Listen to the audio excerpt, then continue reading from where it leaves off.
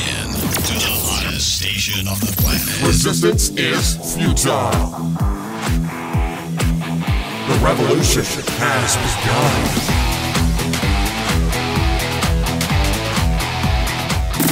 You're listening to Rebelpreneur Radio, helping you break the rules and build the business you need for the life you want. And now, broadcasting his pirate signal from somewhere beyond the status quo, here's your host, best-selling author, marketing and media strategist, Ralph Brogden. Hello and welcome to Rebelpreneur Radio, the show that helps you build the business you need so you can live the life you want. I'm Ralph Brogden. We talk a lot about health and well-being because it's kind of hard to build a business and run a business if you've got unhealthy habits, or if you've got some kind of a physical challenge, you don't feel good, you're not going to do good work. So taking care of your body is just as important as taking care of your business, but sometimes life hands you something that you really were not expecting, and our guest today is going to help us navigate that. I'm speaking with Jill Brown. She is the owner of Advanced Life Coaching. She is a health and well-being coach who helps people overwhelmed after receiving an unexpected health diagnosis. She helps them to step forward and take control of their life. Just as the best athletes sometimes need a helping hand to get over a hurdle, Jill gives her clients the clarity to navigate the next stage of their journey. So joining us from Wales in the UK, Jill Brown. Welcome to Rebelpreneur Radio. Thank you very much, Ralph. Thank you for having me on. Well, it's great to connect with you. I want to hear all about what you do to help people when they get this bad news. I mean, it can be devastating, and it's definitely going to impact how they decide to build and grow or even maintain their business. But first, tell us a little bit about yourself. How did you get involved with this, and what drew you into coaching? Okay. Well, I was a driving instructor myself for over 20 years. I had my own school, and I specialized in teaching disabled people. So I had a lot to do with people with various illnesses and disabilities. And then I got diagnosed diabetic myself. And that was completely overwhelming for me at the time. And I thought my adventures were over. And I've always been an adventurous person.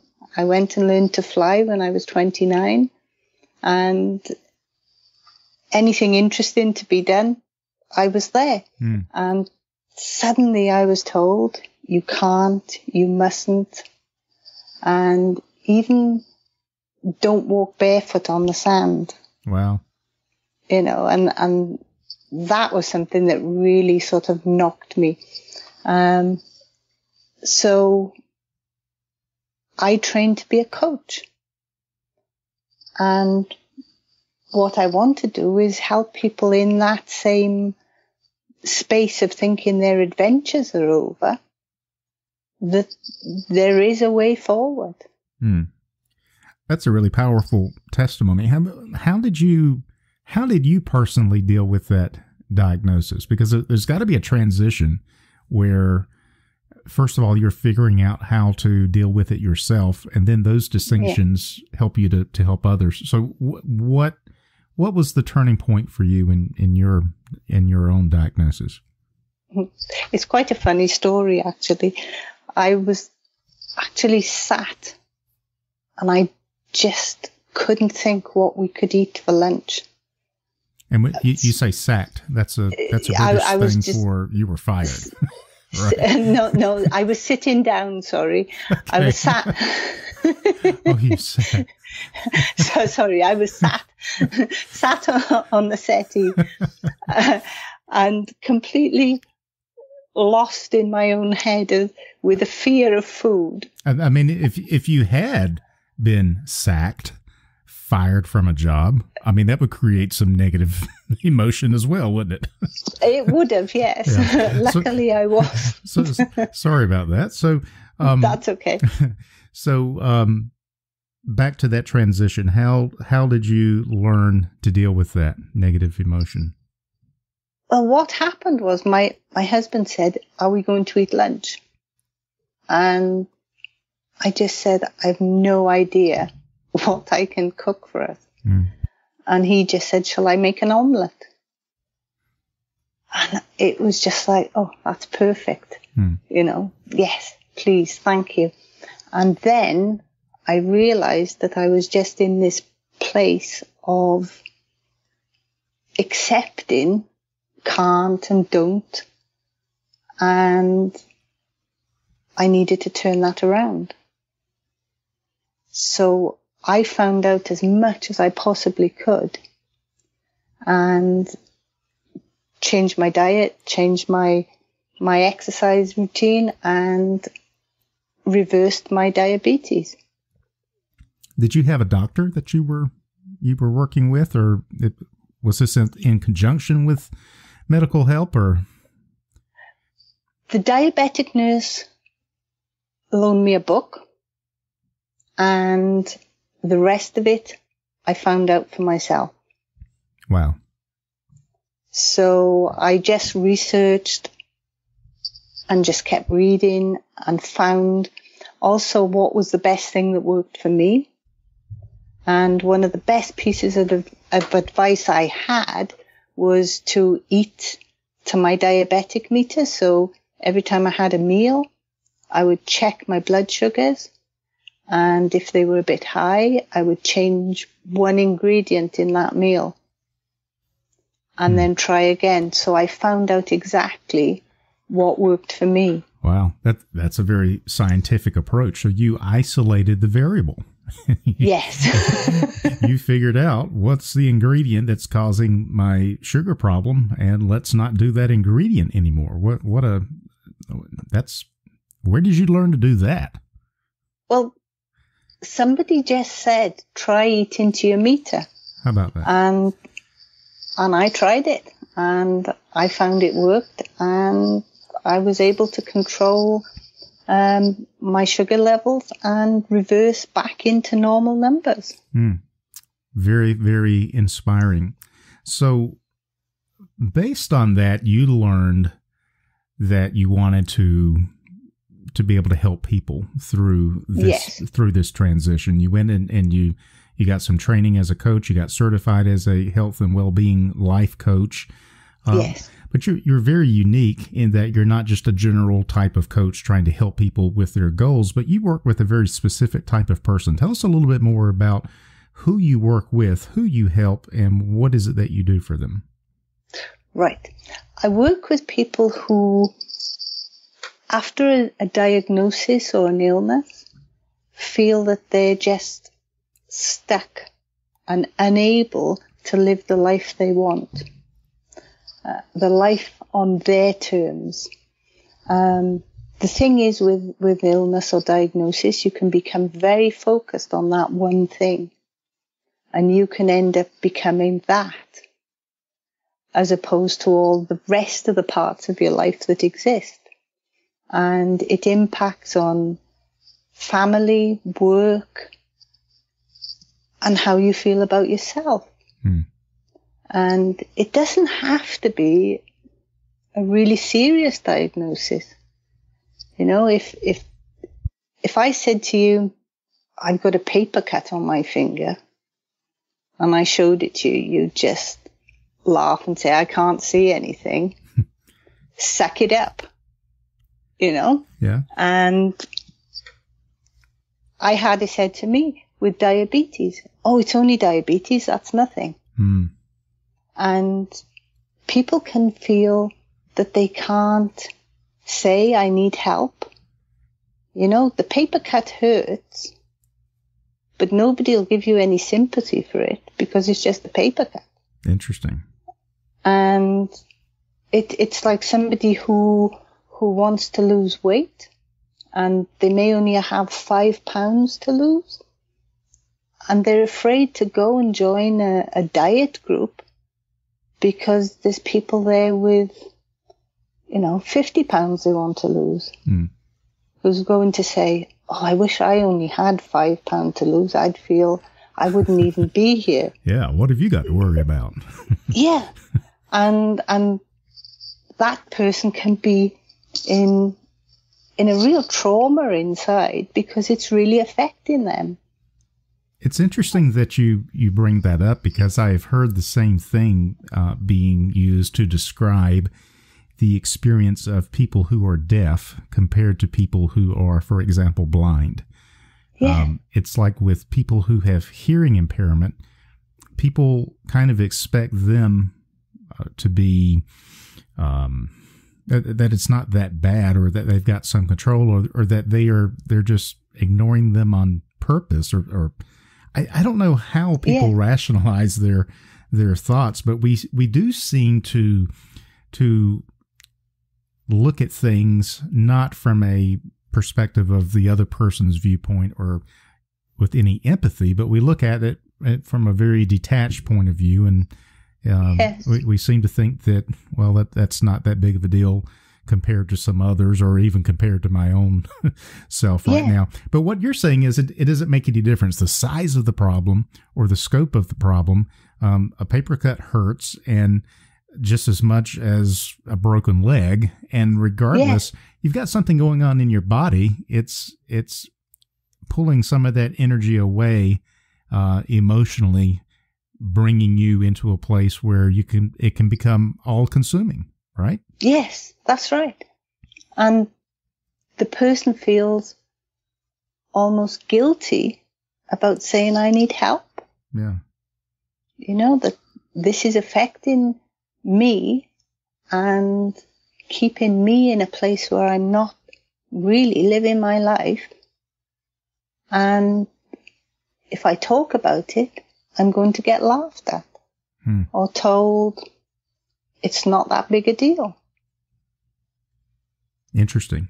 So you're working with people who feel stuck after a health diagnosis, or they're not sure what to do next, or they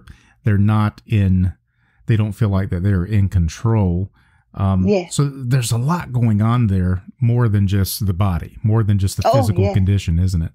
There's a whole emotional thing that you're having to deal with. What would you say? I know that when you work with people, they all have a primary complaint, that my ailment or my diagnosis.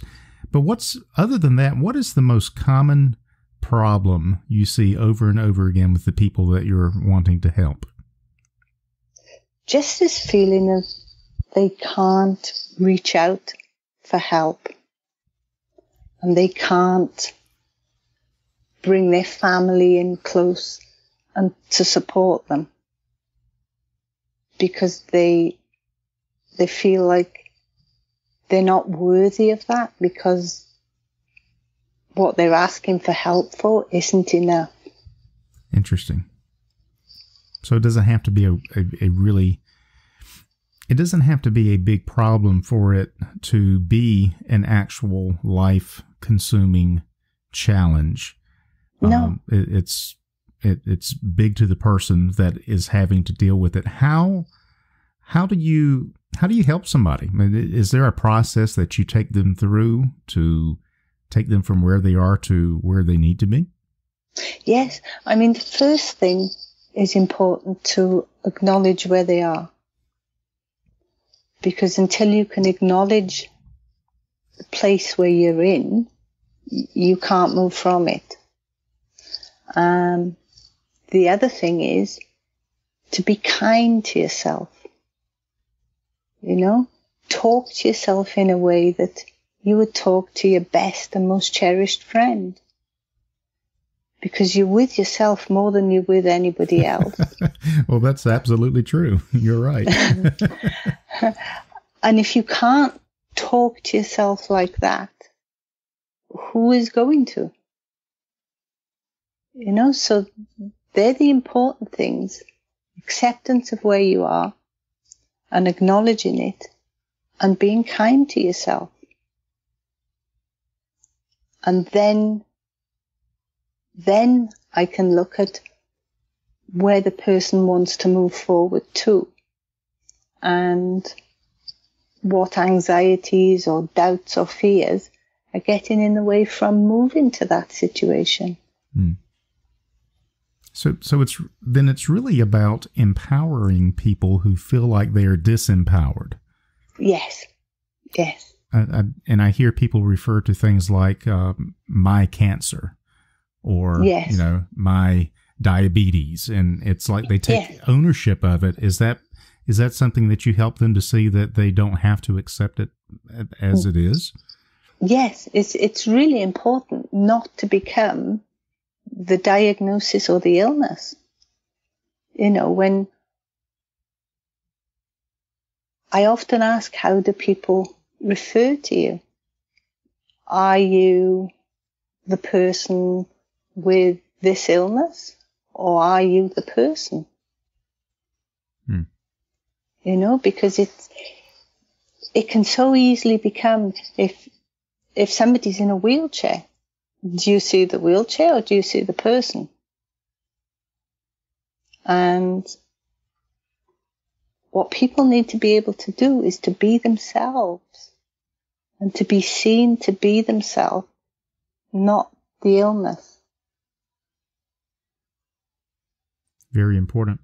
So in your coaching, your mission, your purpose is to help them move forward, to take back control.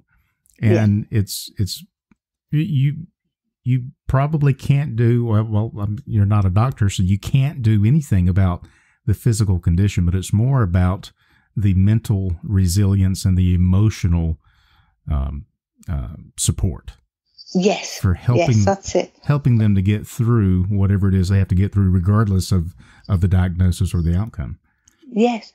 And setting up a really good support network around them so that the people who are there for them understand and are able to be positive for them and encouraging and not negative.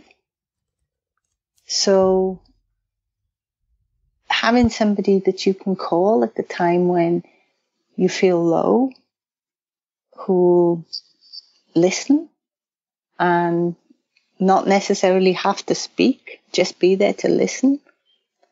And, the support network is a really important part of it. So do you help them to be able to overcome that reluctance to ask for help? Because I think that's, before they can build the support, they've got to be able to say, well, I need help and I'm worthy of help, right? Yes. Once the person has gone through the stage of acceptance and they're able to say, yes, I need this help, and be able to say, this is the kind of help I need. Because everybody needs different help.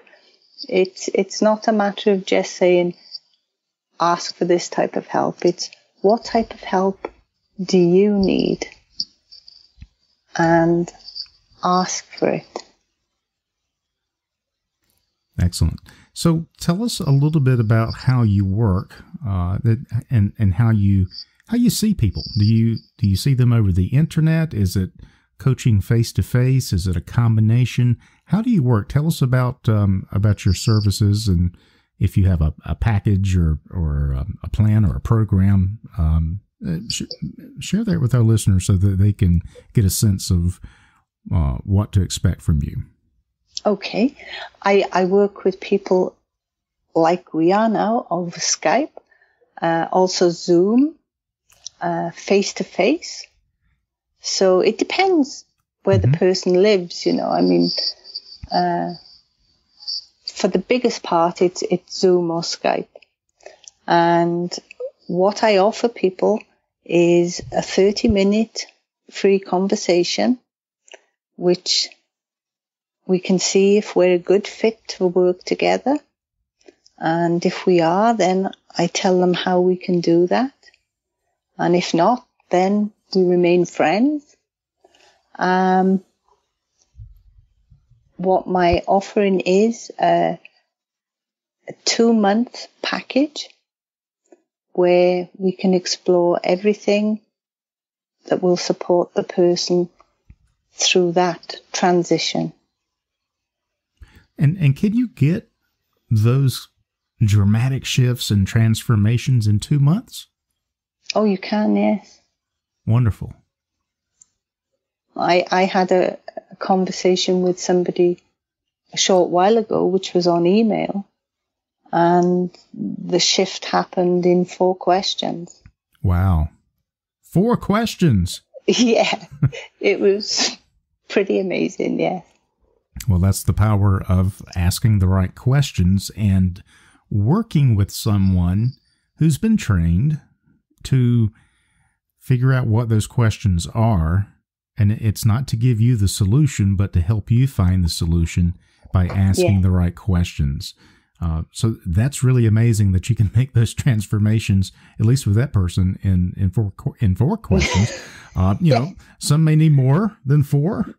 Yes. But that's okay, because everybody is different, and that's what you're trained to figure out what it is that they need, and then help them with the mindset and the choices to get back to life as normally as possible, and hopefully on the road to a full recovery. Yes. Wonderful. Well, how can our listeners get in touch with you if they have this diagnosis in their life and it's a problem and they need to talk? How can they reach out to you? Well, they can email me at info@jillcbrownadvancedlifecoaching.com. They can find my website, jillcbrownadvancedlifecoaching.com, and all my contact details are on there. I'm also on LinkedIn. My Facebook page is in transition at the moment. So that's how they can contact me. Perfect. So it's a long name, but big results. Jill C. Brown, advancedlifecoaching.com. Yes. And we'll have that link on the website as well, so our listeners can click that and go and find out more about Jill. This has really been encouraging to know that there are people who are gifted in this area in a very specific expertise and can help people to manage their emotional and mental state as they're dealing with these health issues, and hopefully get their life on track. And if they're self-employed, get their business on track as well. So it's been a real pleasure to connect with you, Jill. Before we say goodbye, do you have any final thoughts or any words of wisdom or maybe an inspirational quote that you'd like to share with our listeners? Well, I have a quote that I wrote myself, which is, I believe we as human beings are strong, resilient, and can overcome so much adversity. With help and support, we can be unstoppable. We can do anything. Excellent. I've been speaking with Jill C. Brown. She is the owner of Advanced Life Coaching. She's a health and well-being coach who helps people who are overwhelmed after receiving an unexpected health diagnosis, and that's happening more and more these days. Jill helps them to step forward and to take control and to navigate the next stage of their journey. To find out more, check her out at jillcbrownadvancedlifecoaching.com. Jill, it's been a real pleasure to chat with you. Thanks so much for being on Rebelpreneur Radio today. I really appreciate it. Thank you very much. You've been listening to Rebelpreneur Radio with Ralph Brogden. Download the show notes and much more at rebelpreneur.com.